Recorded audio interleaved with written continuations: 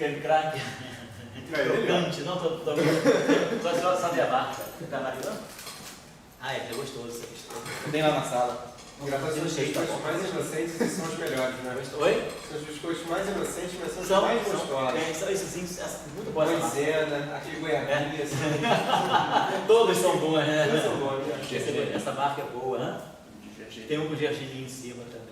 Tem um de manteiga agora, né? Comprou aquele já gostoso, né? Que é manteiga. Casualmente eu não tinha margarina em casa, tinha faltado. E É. eu comecei a comer, pô, já tem. Tem manteiga, né? Aquele creme crack é muito gostoso. É da Piraquê, eu acho. Né? Acho que é. Ele é bom mesmo. Acho que é. Gostoso, bem crocante, ele é bom assim. Bom, então vamos fazer o seguinte. Nós chegamos às funções aqui. Vamos estudar, então, para nós, em princípio, nós tratamos essa situação que eu mostrei no quadro, que eu pude ver tudo, é a situação mi diferente de zero, então o que nós estudamos, né? Dá o Otávio.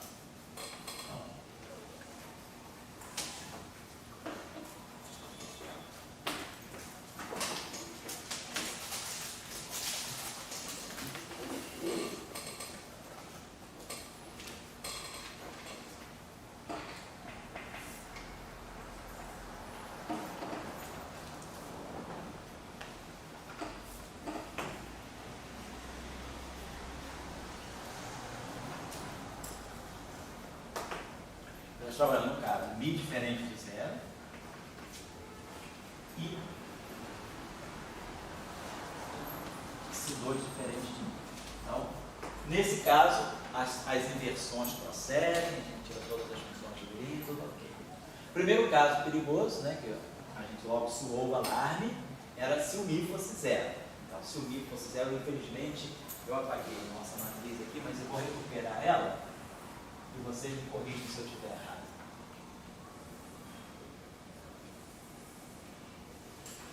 Então, vamos ver se ela está lambertiano, mais mi, teta mi, mais mi, ômega i. Certo? E ela se mi, né? Mi, né? Menos que se vê.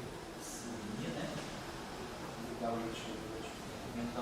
Obrigado. Então, esse era o nosso operador, ó, nós invertimos. Aí, o primeiro caso, perigoso, é o caso do mi ser zero. Se mi é zero, a gente já viu que não consegue inverter o operador A. Se a gente não consegue inverter o operador A, a gente não consegue inverter o operador O. Então, a gente está com essa que a gente chamou na aula passada a crise da função de Lênin. Estou sabendo, tem um problema. Então, nós sabemos o seguinte, que quando é que a gente espera que a gente tenha singularidade? Quando é que a gente espera que a gente possa ter um problema de singularidade no cálculo da função de Green? Vamos pensar a seguinte coisa.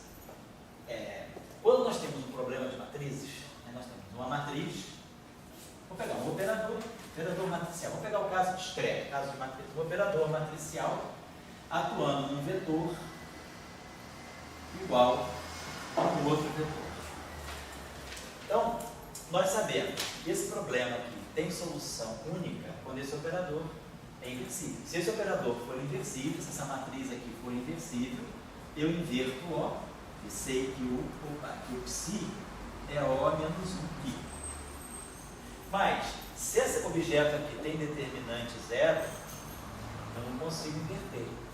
Então, se esse problema aqui tem, se essa matriz aqui é degenerada, isso significa que eu tenho infinitas soluções. Eu tenho diferentes soluções associadas ao mesmo tipo. O sistema, né, o fato dessa matriz aqui não ser reversível, me mostra que o sistema, se eu pegasse, por exemplo, um sistema homogêneo, né, se essa matriz aqui não é inversível, esse sistema pode ter infinitas soluções. Você tem uma indeterminação do problema, então tem muitas soluções. O que significa, então, a singularidade do operador? A singularidade do operador significa que eu tenho uma degenerescência de soluções. Eu tenho várias soluções associadas ao mesmo problema. E se essa matriz aqui, se esse operador aqui não for inversível, então significa que, dado um que, eu não tenho um único O, um único psi. Eu tenho vários psis. A determinação, o fato de ele não ter inversa, não me permite fixar um a um que e psi. Então, para um dado que, se esse objeto aqui tem determinante nulo, eu posso ter diferentes soluções associadas ao mesmo que. Ou seja, o que significa diferentes soluções associadas? Significa uma degenerescência. Significa que eu tenho diferentes soluções associadas à mesma fonte.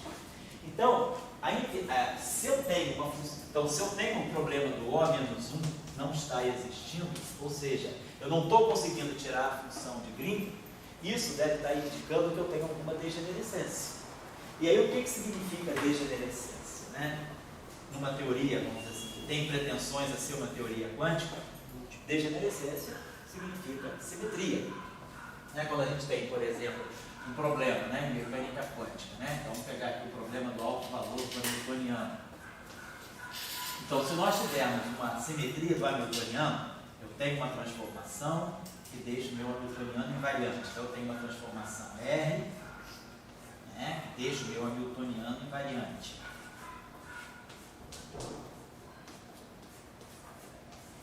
Então, eu atuo com R desse lado e atuo com R desse lado, beleza. E aqui eu coloco R-1R. Então, se essa transformação aqui é uma invariância do hamiltoniano, isso significa que isso aqui, H menos 1, né? R, H, R menos 1, daria uma galinha. Mas a simetria está justamente em dizer que o hamiltoniano fica invariante. Então, isso aqui deixaria H e me daria uma nova solução, R psi, no mesmo valor da energia. Então, a degenerescência está aqui. Se eu tenho uma simetria, se eu tenho uma invariância, né, se eu tenho uma simetria desse operador, significa que eu tenho um estado psi e um estado diverso, R psi, que seria um psilinha, com a mesma energia. Então eu tenho uma degenerescência de níveis de energia, por causa da simetria do hamiltoniano. Foi o hamiltoniano que foi simétrico, induziu, então mostra que o sistema ele vai ter estados distintos associados ao mesmo nível de energia, ou seja, tem uma degenerescência. Então, na mecânica quântica, a existência de estados degenerados, né, com mesma energia, significa que o problema deve ter uma simetria que eu vou procurar identificar. Numa teoria relativística, né, numa teoria quântica relativística, energia significa massa. Então, eu poderia ter grupos de partículas com a mesma massa. Então, partículas degeneradas em massa correspondem a estados degenerados em energia. E aí, isso significa também uma simetria. Então, a existência de mais de uma partícula com a mesma massa, ou com massa muito, muito próxima, se a massa for a mesma, indica que eu tenho uma simetria. Então, se o elétron e o pósitron têm a mesma massa, é porque deve ter uma simetria, que é a simetria de conjugação de carga, que associa dois estados distintos, cargas opostas com a mesma massa. Se eu tenho partículas com massas muito aproximadas, próton e nêutron, com massas, uma diferença de uma parte em 1000, é porque eu também devo estar muito próximo de um regime de simetria. Se o próton e o nêutron são praticamente degenerados em massa, eu devo estar numa situação muito próxima de uma boa simetria. Então, a degenerescência, ela está associada à simetria. Então, estou ligando os dois discursos agora. Então, se nós temos um problema de uma função de Green, pode falar. Só para ver o que você está falando da massa, não vai perder. Na aula do John, o Edgar colocou como um dos problemas que tem são a hierarquia das massas dos quartos. Isso. Essa discrepância entre uma e outra significa que na cromodinâmica eu estou perdendo de olhar para alguma simetria, ou que quebra, ou que não tem? Não, porque, vamos dizer, dentro da cromodinâmica quântica você não tem, vamos dizer assim, um mecanismo que dê a massa dos quartos. Olhando a cromodinâmica quântica, Não é o Higgs? pois é, mas aí é fora da cromodinâmica quântica. Quem dá a massa para os quartos é a interação do Higgs, mas é uma interação fraca. Então a cromodinâmica quântica, para ela introduz as massas dos quartos como parâmetro. Ela bota lá, as massas dos quartos são parâmetros que eu coloco para definir a minha teoria. Na visão do modelo padrão, aí se eu coloco os quartos têm interação fraca, eu vou entender que a origem da massa dos quartos está na interação deles com os Higgs. Agora, como é que eu gero a hierarquia de massa dos quartos? É através dos acoplamentos de Yukawa. Então, o problema das massas dos quartos, na verdade, é um problema que não é tanto das massas, é um problema dos acoplamentos de Yukawa dos quartos, como ser com o Higgs. Essa aqui é a questão. Bom, então, só queria fechar o discurso aqui dizendo, se esse operador aqui não é inversível, eu tenho infinitas soluções associadas ao mesmo que, ou seja, eu tenho degenerescência, porque eu posso passar de uma solução psi para uma solução psilinha, tem o mesmo. Então, diferentes soluções são associadas à mesma fonte externa. Então, porque esse objeto aqui é não inversível, então eu não tenho solução única, tenho uma infinidade de soluções. Então, significa que eu posso passar de um psi para um psilinha, que é a solução do mesmo problema. Então, será que essa transformação de psi para psilinha não é uma transformação de simetria? Então, a gente vê que quando a gente passa de um estado para outro, que é degenerado, porque tem uma simetria. Então, o fato de, se a gente vai calcular uma função de Green, um problema qualquer, monta o problema, na hora de calcular a função de Green, você vê que você não consegue inverter, isso significa que deva ter uma simetria. Na aula passada nós tivemos esse problema aqui. Nós tínhamos o Lagrangiano, a equação de Maxwell é essa aqui. Equação de Maxwell livre. Aí a gente queria tirar, botava então um J-Ni, e aí isso aqui dava para nós, dá Lagrangiano, θ mini, θ mini, Ani, igual a J-Ni. Aí fala, beleza, para eu tirar a função de Green desse campo, e poder fixar esse campo em função da corrente, eu preciso inverter esse operador. E aí esse meu operador O, esse operador não é inversível, por quê? Porque eu estou nesse setor θ. Eu estou só no setor θ, estou começando agora, tá? Estou só no setor θ do espaço de Minkowski. Aí eu falei, mas por que eu estou só no setor θ? Porque nós temos uma simetria de calibre. Esse Lagrangiano é invariante de calibre. Então nós sabemos que o fato de só ter o θ é porque tem uma simetria de calibre. Então, nós estamos começando a ver que, e aí eu não consegui inverter o operador. O que eu fiz? Eu falei, bom, então vamos estender o problema ao espaço do tempo todo. Aí a gente introduziu a mão, o que nós chamamos depois de gauge fixing, que é o termo longitudinal, e mostramos que esse termo longitudinal, ele introduz a mão, resolve o problema da função de Green, mas ele fica desacoplado, o setor longitudinal desacopla. Então, a gente resolveu o problema dessa forma. Mas a presença de uma simetria é que deve estar por trás da não invertibilidade. Então, nesse primeiro caso aqui, se nós olharmos, primeira situação de não invertibilidade, primeira situação de singularidade, é o μ igual a zero. Então, no caso do μ igual a zero, esse termo aqui não tem. Então, nós temos esse termo e temos esse termo. Aí a pergunta é, se μ é igual a zero, se eu não estou conseguindo inverter, porque esse operador aqui não tem μ, eu consigo inverter esse cara, mas não consigo inverter esse. E essa matriz, essa matriz, quando a gente tem uma estrutura de matrizes assim, A, B, C, D, para essa matriz como um todo ser inversível, é preciso que essa e essa sejam simultaneamente inversíveis, ou vice-versa, essa e essa. Eu tenho que ter essas duas inversíveis ou essas duas inversíveis. Então, nesse caso, essa é inversível, mas essa não. Então, eu não consigo fazer a inversão desse problema. E aí, tem que ter uma simetria. Aí a gente olha, opa, beleza, a simetria de gauge está aqui, tem tudo a ver. Mas o problema é que aqui eu tenho esse termo. Então, vamos pensar assim. Esse termo aqui, ele daria a μ, a simetria de calibre é a μ mais dm alfa. Então, se eu coloco a μ mais dm alfa aqui, ele morre. Porque esse termo aqui é dmi a μ menos dmi a μ ao quadrado. Então, se eu jogo dmi alfa aqui e dmi alfa aqui, os dois termos se cancelam. Então, esse termo aqui é invariante. Mas esse termo aqui parece... esse termo vai nisso, mas o que me diz que esse termo aqui é zero? dmi alfa vezes dmi h. Não tem nada para cancelar ele. Então, aparentemente, eu teria um problema aqui de uma simetria. Eu teria um problema com a simetria. Então, a gente poderia pensar aqui, mas será que tem alguma simetria? Com a simetria de calibre, né? Com a simetria de calibre. Então, mas aí vocês têm que pensar o seguinte, a simetria de calibre atua no campo A. Beleza. Mas o campo A está acoplado com o campo H. Será que nesse caso, então, o meu campo H não herda uma simetria também? Será que eu tenho que só transformar o A? Se eu fizer essa transformação A, Só colocar exemplo lá negativo, né? Ao contrário. então, essa essa transformação deixa invariante esse termo, mas não deixa invariante esse termo. Né? O que pode aparecer aí? Né? Eu teria um termo, bom, aqui apareceria. Então, vou pegar assim, esse termo aqui. Exatamente, apareceria aqui um DI alfa vezes um DI H.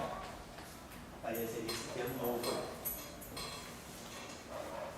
Bom, então, a gente deveria. Será que tem alguma coisa já demonstrando que esse termo aqui possa buscar alguma simetria em cima desse H? Será que eu posso.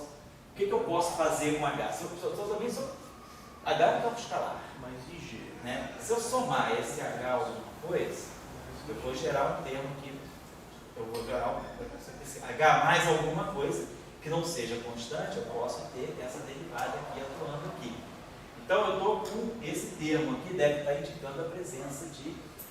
Esse termo aqui deve estar indicando a presença de alguma simetria que eu ainda não estou sabendo descobrir. Eu tenho que descobrir um modo de zerar esse termo aqui que não sai daqui. Quer dizer, vamos pagar isso aqui só. Então, esse termo aqui sai daqui. Se eu pegar esse termo aqui, né, eu teria. O que eu poderia pensar aqui? Eu poderia pensar de fazer uma transformação H, porque se eu variar o H aqui, como isso aqui é um quadrado, tem uma hora que eu vou produzir um termo aqui que vai ser dMH vezes dMalpha, perdão. Se eu fizesse, fazer isso aqui, só quero colocar isso aqui para vocês. Se eu pensasse numa simetria desse jeito aqui, eu poderia gerar daqui, claro, daqui apareceria um termo que seria dMalpha ao quadrado. Apareceria um termo depois que seria dMH, que é o que a gente tem, e apareceria um termo misto, que é dMH e dMalpha. Né? Então eu teria, deixa eu passar isso aqui. Então, se nós fizermos essas transformações aqui, então essa transformação entra aqui, cancela automaticamente. Então esse termo não é mexido. Vamos ver a variação desse termo. Então esse termo aqui vai ficar dMH. Eu vou ter o seguinte, eu vou substituir H, o H', pode falar. Desculpa, eu fiquei entendido. Oi. Para mim, a simetria de gauge serve para uma liberdade do potencial para eu manter os campos. Isso. Beleza, então essa simetria do gauge é para manter o L e B, e a simetria em A. Só que a gente está querendo manter a lagrangiana simétrica por essa liberdade de gauge. Isso, mas a simetria de gauge do eletromagnetismo, ela deixa a lagrangiana invariante. Ela não mas aí isso é eletromagnetismo. Não, pois é. Então eu tenho que buscar, será que eu vou manter o E e o B invariantes? Então, será que a simetria não toca no H? Mas aí, tudo bem, mas aí eu concordo. Então a gente está buscando uma simetria de gauge que mexendo no A e ao mesmo tempo mexendo no H, eu mantenho a lagrangiana invariante. Mas quem disse que, tudo bem, quem disse que eu mantenho o lagrangiano invariante, mas que o H e o A também têm essa liberdade, entendeu? Se o lagrangiano é invariante, o que está saindo daqui? Você tem dois campos aqui, tem o campo A e o H. Eu vou ter duas equações e, claro, se o lagrangiano é, os dois também tem que ser. O lagrangiano é invariante. Então os dois também são. Então, se você tem o lagrangiano invariante, as equações de campo elas têm que ser, no mínimo, covariantes. Pode não ser invariantes, mas podem ser covariantes. Né? Tá. Vamos ver o que vai acontecer. Tá. Então, a simetria, quer dizer, está nesse sentido. Né? Se eu substituir o A e o H por esses campos aqui, o lagrangiano deveria ficar invariante. Então, vamos pensar. Se eu fizesse shift aqui no H, esse termo aqui vai se degenerar em dois termos. Eu vou ter um meio, tá? Aí eu vou ter um meio de dMH ao quadrado mais um meio do dMalpha ao quadrado. E vou ter um termo que vai ser mais duas vezes, vai cancelar o meio, né? dMH, dMalpha. Então esse termo aqui resolve, fica dessa forma aqui. A transformação. Agora vamos ver essa transformação aqui. Essa transformação aqui vai ficar o psi. O ami então vai em ami mais dMalpha. E o H vai em H mais alfa. Então eu estou fazendo uma transformação que ela eu estou alterando A por um gradiente, mas o H eu estou simplesmente transladando. Vamos ver se isso é uma simetria. Eu estou dizendo que H é invariante sobre um shift, sobre uma translação. Uma translação do espaço dos campos, não do espaço-tempo. Eu estou pegando a H' e dizendo, eu posso pegar H e substituir H por H mais uma função. E vamos ver se o lagrangiano é invariante ou não. Então, essa transformação, se eu substituir aqui Mi por Mi mais dm alfa, nada acontece. Aí eu estou substituindo H por H mais alfa aqui, A por Mi mais dm alfa aqui, e H por H mais alfa aqui. Estamos esquecendo esses termos aqui. Porque a simetria, quer dizer, a não invertibilidade está vindo daqui, desse núcleo, do alto. Isso aqui é fonte, não tem nada a ver. Então, se a gente mexe com esses termos aqui a gente está vendo que vai produzir. Opa, aqui a gente tem o DMH ficou, então esse termo aqui ficou, tá legal, beleza. Esse termo aqui é espúrio, ele vem da simetria, tá? Esse termo está sobrando. O que tem no final do dia que a gente tem que ter é sair disso, substituir isso e chego a isso. Então, o que é extra tem que se cancelar. Então, aqui aparece um dm alfa, dm alfa. Aqui aparece um dm alfa, dm alfa. Só que aqui está o meio, aqui está psi. Então, provavelmente, eu posso, aqui apareceria, aqui está aparecendo com o meio. Então, se a gente colocasse esse dm alfa, esse alfa aqui, sobre raiz de psi, isso aqui é um parâmetro fixo. Então, se eu colocar esse alfa aqui sobre psi, vamos ver o que pode acontecer. Aqui, eu vou estar no lugar desse alfa, eu vou produzir um raiz de psi, aqui eu vou produzir um raiz de psi com raiz de psi, da psi cancela com esse psi, e aí eu teria isso aqui, então boto um 2 aqui. Então eu gostaria que, de uma certa maneira, esse termo aqui, né, cancelasse esse termo. Né? Eu gostaria, esse termo que apareceu lá em cima, né, com dm alfa ao quadrado, eu gostaria que ele aparecesse aqui embaixo, esses termos se cancelassem. Né? Porque o psi está solto. Gostaria de ter alguma coisa nesse. Então talvez para esse termo aqui gera. Opa, aqui eu estou colocando. Esse termo aqui veio daqui, né? Perdão, pessoal. Esse termo veio daqui. Veio daqui. dm alfa ao quadrado, tá certo. Então esse termo aqui, esse produziu. Então para mim o ideal seria que, já que eu botei dm alfa aqui, talvez eu tivesse que colocar um sinal menos aqui. Não tem problema. Simetria de gauge é menos. Eu coloco mais ou menos aqui, é a menos simetria de gauge da eletromagnetismo. Não tem problema. Vamos ver se esse termo muda esse. Então, esse termo aqui é esse aqui. Então, esse termo aqui, vou botar até junto aqui para não perder de vista, porque eu estou desmembrando ele em três. Esse termo aqui fica mais dmih, dmh,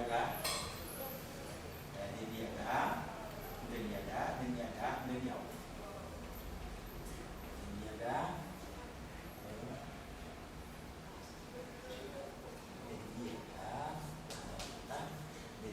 Estou botando mais alfa. dmh mais dm alfa sobre raiz de 2 de psi. Esse termo aqui está ao quadrado. Então, esse termo aqui. Então, o meio de dmh ao quadrado. Tá? 2 raiz de psi. Mais o meio desse termo aqui, né? Quando eu levar esse cara ao quadrado, não é isso? E aí vai aparecer um 2, né? Isso vai aparecer um 2. Raiz de 2, né? Que quando eu multiplicar esse termo por 2, vai aparecer um 2 em cima, vai ficar uma raiz de 2 sobre psi. É isso? dm alfa. Então seria a variação desse termo aqui, se eu substituir isso adicionar o outro aqui. Vai pensar do Mi. Oi, complexo. Mi complexo. Não, acho que não pode ser, isso daí é real. Bom, vamos lá. Então aquilo lá está lá, raiz de 2 sobre psi. Vamos ver se isso aí. Então você está me dando um fator raiz de 2 por causa daquele meio lá, né? Tá certo. E aí aqui eu teria, aqui nós teríamos, quando eu fizer essa substituição aqui embaixo, então eu vou ter isso aqui mais alfa. Ficou de meio também, né? Oi? Meio de dmi alfa ao quadrado. Aqui, né? Ficou o meio, né? Ficou meio? Porque quando eu elevar isso aqui ao quadrado, né? Pessoal? Porque isso aqui, desculpa, aqui tem um termo, aqui já tem um meio, né? Você tem razão. Perdão, vocês. Desculpa. Vou fazer isso aqui de novo. Aqui tem o meio. Estava fazendo isso aqui. dmi. Vamos fazer uma coisa? Perdão. Vamos fazer o seguinte. Vamos colocar. Bom, passei menos alfa. Vou botar um fatorzinho numérico, que depois a gente acerta. Um A alfa aqui. Por que eu faço essa simetria? Então, dmi alfa e aí um alfa. Tanto faz, eu posso cobrar mais um dmi alfa aqui. Tanto faz, posso cobrar mais aqui. Se vai menos aqui. Mais ou menos. Depois a gente acerta esse sinal. Vamos ver se aqui pode ser. Então eu estou substituindo o meu H. Estou substituindo aqui. Então vai ficar o meio de dmi H ao quadrado. Aí depois eu vou pegar o meio disso aqui ao quadrado. Aí vai ficar dmi alfa, vai ficar o meio a 2 dmi alfa ao quadrado. Depois a gente tem que ver se cancela, claro. E aí o termo misto vai ficar 2A dmi alfa dmi H. E aí tem esse meio aqui, então vai ficar mais A dmi H dmi alfa. Certo? Eu acho que isso agora eu acho que eu errei, não, né? Eu substituí essas duas, essa transformação aqui. Mantive o meio, então o meio do quadrado do primeiro, o meio do quadrado do segundo, e os dois cancelam o meio, fica o A, dmh, dmi. E agora eu estou jogando essa mesma transformação aqui, esse conjunto de transformações aqui. Então vamos jogar ele aqui, fica mais, si, então aqui eu estou colocando a mi mais dmi alfa. E no H estou colocando dmi H mais A dmi alfa. Então, bom, então o primeiro termo que a gente tem que ter, esse termo tem que ficar, esse termo aqui tem que ficar, certo? E o dmh ao quadrado. Então, tá certo, esses dois termos aqui tem que ficar. Então, esse termo aqui, dmh ao quadrado, fica, já está aqui, beleza? E o outro termo que tem que ficar é esse aqui, si a mi dh. O resto tem que todo a zero. Então, esse termo aqui e esse termo aqui. Então, nós temos aqui que o meio de A2, que é o que vai multiplicar o dmi ao quadrado, ele tem que ser igual mais si A. Isso deveria ser igual a zero, é isso? Porque eu tenho que ter esse coeficiente que vai dar dmi alfa ao quadrado aqui, que deveria cancelar esse, vai ser esse coeficiente igual a si A dmi alfa dmi alfa. Então esse termo deveria cancelar esse para eu ter a simetria. Então eu teria que ter aqui o meio de A2 mais si A é igual a zero. Que aí eu garanto que o coeficiente do dmi alfa ao quadrado seria zero. Então isso pode ser zero para A igual a zero, que não deve ser o caso, ou para A igual a menos 2si. Se A for igual a zero, a galinha é igual a H, estou fazendo transformação em 1. Então a próxima solução que eu vou pegar, não trivial, é A igual a menos 2si. Então com isso eu consigo eliminar esse termo aqui. Mas agora a gente tem um problema desse termo misto. Então aqui eu vou produzir esse dmh vezes dmi alfa. Então aqui eu tenho dmh dmi alfa, por um coeficiente A. E aqui eu tenho dmh dmi alfa com um coeficiente si. Então, isso aqui deveria ser igual a zero, né? Tá certo, né? Porque ali tem o fator 2 desapareceu dali. Então, eu teria que ter A igual a menos que si. E aqui eu estou obtendo A igual a menos 2 que si, né? Não tem nenhum fator sobrando aqui, né? A, dmi acima de alfa, dmi H, mais A dmi alfa. Então, o termo que mistura isso aqui, o dmi alfa com dmi H, é o que si, tá certo? E lá no primeiro termo, é o meio de A2, certo? Então tá certo. O meio de A2 não pode ficar voltando também. E depois aqui embaixo eu teria si A. Si A. Então eu teria A igual a menos 2 que si. Então se eu colocasse A igual a menos 2 que si, eu eliminaria o dmi alfa ao quadrado, mas eu não estou eliminando. Se tem alguma coisa com integração por partes, para a gente fazer. O primeiro termo está claro lá, né? É o meio de dmi, a gente manteve aquele meio de dmi H ao quadrado. Então é o meio de dmi H ao quadrado, mais o meio, dmi alfa, dmi H, dmi alfa, dmi H. Não tem como, o fator 2 desaparece. Fica lá, dmi H, mais dmi alfa, dmi H, dmi alfa. Por outro termo, foi lá. Eu acho que está surgindo um outro termo também. Si ali. Peraí, como é que é? Si, mi. Ah, desculpa. Também não vai pensar no. Não, peraí, qual é? Não, olha só. A mi com o dmh está lá, né? Então a gente está lá, é o que a gente tem. Depois a gente termo que é xi, a mi, demi alfa. É isso que você está falando, né? Ah, então eu acho que é esse termo que está faltando. A mi, vamos ver, só. Eu acho que só um instantinho só. A situação do demi alfa ao quadrado que pediria que A seja igual a menos 2 de si. Deixa eu só guardar a primeira solução. Agora vamos analisar esse termo aí que o Felipe falou. Estou pulando um termo aqui. Esse termo aqui, ó, esse com esse deu isso, beleza. Agora aqui eu vou produzir mais 3 termos. Esse com esse, mas esse com esse eu já produzi, que é o demi alfa ao quadrado. Então, esse primeiro termo aqui está dando xi, a mi, a demi alfa. É esse termo aqui, ó. Tá? Agora o Felipe falou desse termo aqui, né? Mais o xi, demi alfa, demi h, é isso? Não, a gente fala daquele primeiro mesmo, que ele não pensava com ninguém. Qual que é esse aqui? Não. O que o senhor escreveu ali em cima. Esse aqui? Desculpa, esse aqui, né? Não. Qual outro? O senhor escreveu por último agora, essas duas linhas aí. Esse aqui? O de cima. Esse aqui? Esse. Então esse termo aqui, o que é? Ele é xi, Só se o... tá certo ele, né? Xi, a mi, demi alfa, tá certo, né? Então, esse termo tá lá, perfeito. Isso, ele está falando, esse termo aí não cancelou por ninguém, né? Isso, acho que tá certo. Esse termo é de um outro tipo, eu tenho demi alfa, demi h, que é esse aqui, tá certo? Esse aqui tá aqui, mas esse aqui ainda ficou isolado, né? Esse aí pediu que o A fosse... Esse aí seria mais perigoso ainda, né? Vamos ver se tem alguma coisa estranhinha aqui, tá certo. Bom, vamos pensar aqui uma coisinha só. Que o mi é zero, a gente não está podendo inverter, tudo bem, tá certo. Ver se tem mais algum detalhe aí que a gente não esteja percebendo no caso de mi ser zero. Tá? No caso de mi ser zero, eu só tenho lá na frente perto de mi, então eu tenho uma simetria, o que se está totalmente livre, eu tenho uma simetria totalmente focada no mi. Então, claro, então tá certo. Se eu fizer uma transformação, mas aí eu não posso deixar, se eu faço a transformação lá, eu mexo naquele tempo. Então eu tenho que mexer de qualquer maneira na transformação.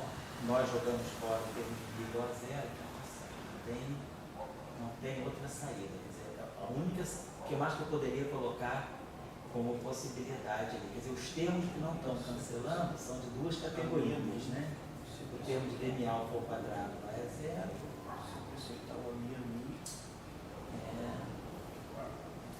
Só uma perguntinha aqui, só talvez um detalhezinho aqui que a gente tem que observar. O termo que está sobrando é o termo que tem a mi demi alfa. Tá certo? O termo que tem a mi demi. Tá legal. O mi é zero. Vamos pegar o seguinte, vamos ver se a gente tem que usar alguma informação da equação de campo. Vamos fazer o seguinte, vamos tirar a equação de campo, ver se é para o H, se eu tirar a equação de campo do A, isso. Se nós tirarmos a equação de campo do A, olha só, vamos pegar aqui esse setor livre, vamos pegar a equação de campo do A, isso aqui me dá dmi, f mini. Professor, Oi. uma questão, você não tinha antissimetrizado? Eu tinha antissimetrizado, isso. Mas eu acho que aquela antissimetria ela poderia ser boa para aquele efeito, mas aquela antissimetria no fundo era integração por partes, ela não deveria fazer diferença agora, não. Vamos até olhar isso depois também. Eu acho que não seria tão problema.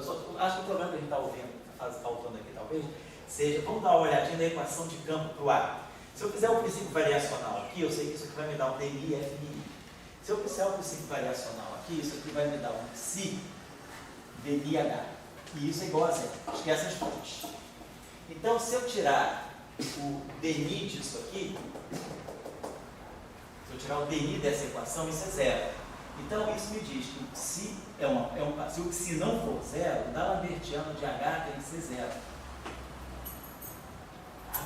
Pegando a equação de campo para o A, faz o princípio variacional. Menos um quarto de f mini ao quadrado me dá a equação de massa, dmi f mini. O segundo termo não tem nada a ver com A. Quando eu variar o A no terceiro termo, eu vou produzir um psi dmi h igual a zero. Vou tirar as fontes, porque o problema da simetria está sem as fontes, o problema está aqui. Então, eu não consigo inverter, aí é o que vem daqui, então vamos esquecer as fontes. Então, está lá. Então, sem as fontes, né, que é quando eu estou vendo a simetria, essa equação ela tem uma condição subsequente, que é o D'Alembertiano de H é zero, porque, claro, dmi de f' é sempre zero, devido à simetria e antissimetria. Então, se o D'Alembertiano de H é zero, esse termo aqui que está sobrando, isso aqui é um termo do lagrangiano. Então, se eu integro por partes, eu posso trazer esse dmi para cá. Esse aqui é um pedaço de uma ação. Dentro de uma ação, eu posso fazer a integração por partes. Quando eu integro por partes, eu descarrego esse dmi em cima do H. Então, ele produz um D'Alembertiano de H. Então, usando a informação, porque quando a gente vai procurar as simetrias de um problema, quando a gente calcula o teorema de Löbner, lá na mecânica de campos clássicos, né, a gente usa a informação das equações de Euler-Lagrange. Então, eu uso a simetria, ela acontece com o uso das equações clássicas de movimento. Então, se eu aplico aqui esse resultado, esse termo que sobrou, ele sobrou, mas a gente pode mostrar que ele é zero com o auxílio dessa condição aqui. A dinâmica do problema, as equações de movimento clássico me dizem que o D'Alembertiano de H é zero. Então, se o D'Alembertiano de H é zero, ao integrar por parte aqui, eu produzo um D'Alembertiano de H. Então, isso aí é zero. Aí o outro termo que sobrou, aí sobrou esse termo aqui, que é o termo que tem o dmi ali, né? Iniciar. Então sobrou esse pedacinho. A gente eliminou o termo do A2, tá certo? Mas aí a gente já sobrou um problema para a gente, que era o problema do termo que tem ami ou dmi alfa, tá certo? Então, se eu pego o ami, se eu pego agora o ami com dmi alfa, ali tudo bem, se eu integrar por partes, eu produzo ali vamos fazer o seguinte, vamos pegar a equação de campo agora para o H, vou ver se essa equação me diz alguma coisa. Se eu pegar a equação de campo para o H, a gente sabe que daqui sai a equação de Clairaut. Então isso aqui deve sair D'Alembertiano de H. E daqui, quando eu fizer o princípio variacional em H, sai o psi dmi ami.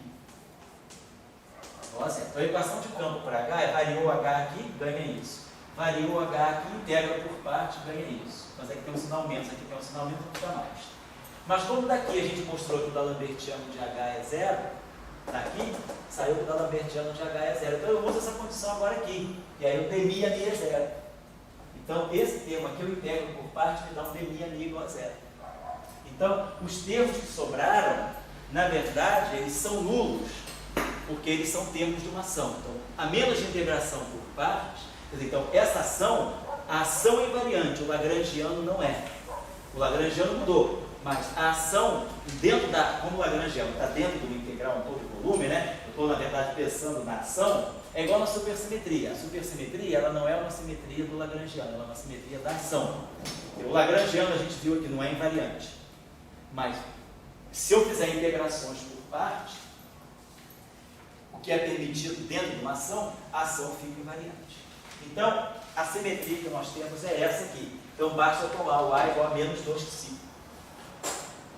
Então, se eu fizer isso, eu preciso só eliminar. Na verdade, isso aqui me basta para eliminar o termo de dmi alfa ao quadrado, e os dois outros termos que tem, eles podem ser eliminados por si próprios, usando os dados das equações de movimento. Então, quando a gente tem um problema de simetria, é sempre bom também, como eu estou fazendo aqui, a gente consultar as equações de movimento clássicas. Então, a partir das equações de movimento clássicas é que a gente ganhou informação suficiente para mostrar que esses dois termos aqui são certos. Está clara a situação? Então, a simetria está presente. Então, eu entendo que eu tenho uma simetria que está me impedindo a inversão desse operador O. E a simetria é justamente uma simetria simultânea.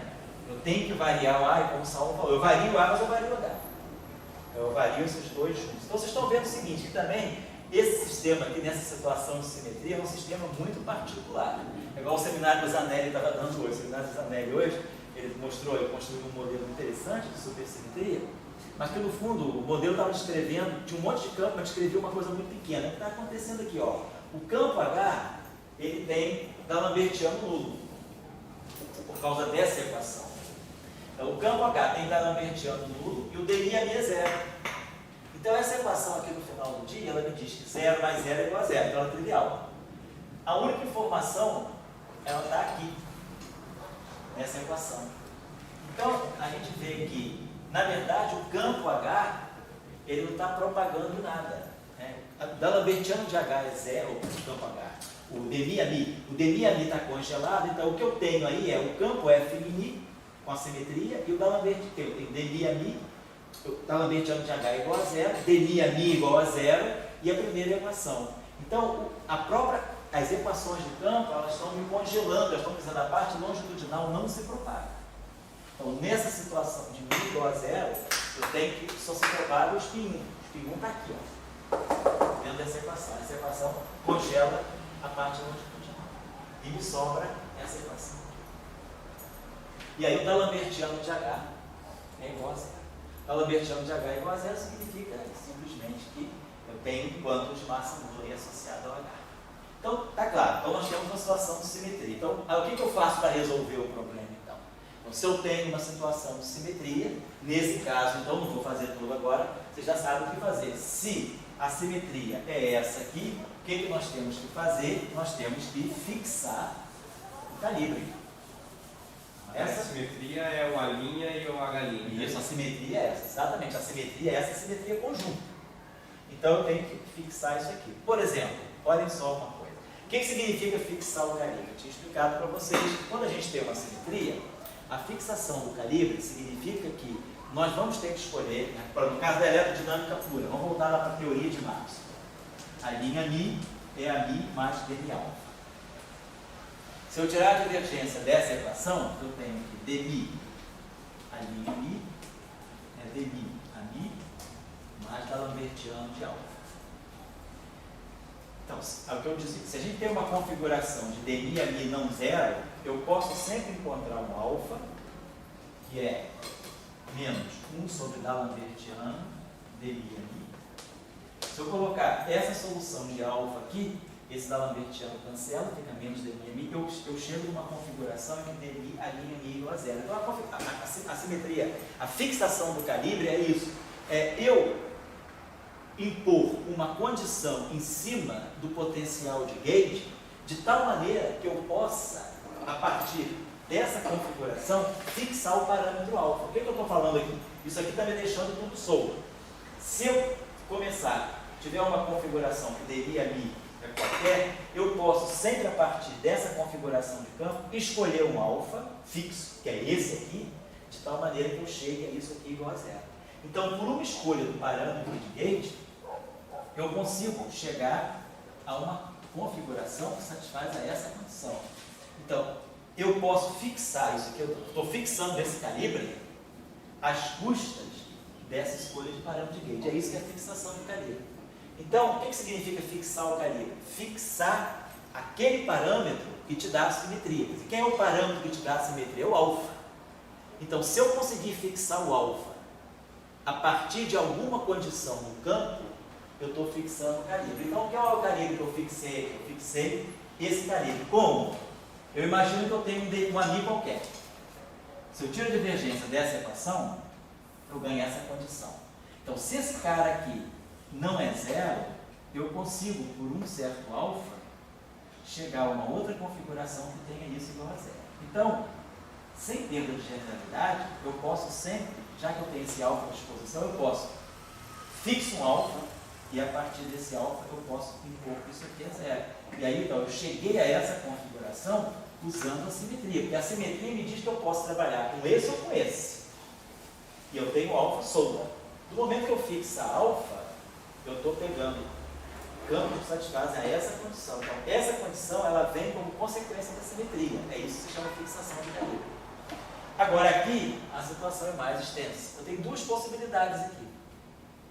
Eu posso pegar o dmi dessa equação, eu posso dizer, eu fixo alfa de novo, tomando alfa igual a menos 1 sobre D'Alembertiano dmi a μ, então, ou seja, eu posso trabalhar com dmi a μ igual a zero. Então, aqui, eu poderia fixar o calibre pela primeira equação. Eu poderia dizer o seguinte, vamos fazer o seguinte, pega dmi a μ igual a zero. Se eu pegar dmi a μ igual a zero, significa que eu fixei o calibre. Quer dizer, no fundo, eu escolhi um alfa, de tal, na verdade não é dmi a μ igual a zero, estou pegando isso aqui igual a zero. Mas eu posso sempre imaginar que eu posso sair de um A e chegar no outro A cuja quadra de divergência é nula. Se isso aqui acontece, se eu escolho esse calibre, olha essa equação aqui. Essa equação aqui eu posso integrar por partes. Isso aqui vira dmi a μ. Aí agora eu vou usar a condição de calibre. Se eu uso essa condição de calibre aqui, uso essa condição de calibre aqui, dmi a μ, tá bom usar aqui, né? Dmi a μ igual a zero. Então, esse problema agora ficou... Se eu uso dmi igual a zero, isso aqui fica inversível. Porque aqui dentro, né, quem é o quarto de f de mi ao quadrado? Dmi, vamos escrever aquilo lá. Aquilo lá é a mi, lambertiano, f de mi, menos dmi a mi. Se eu agora fixei o calibre dmi a mi igual a zero, isso aqui morreu. Então, aquele termo que é menos um quarto de f de mi, f de mi, ele fica simplesmente menos um quarto de a mi da lambertiano eta mi a mi. Então, a fixação do calibre dmi a mi igual a zero matou esse termo e matou esse termo. Isso, mas se o dmi a mi é igual a zero, o alfa é menos 1 sobre o sobre o como é que chama? Da lambertiano. Da lambertiano, de dmi a mi. Não, estou dizendo o seguinte, Saulo.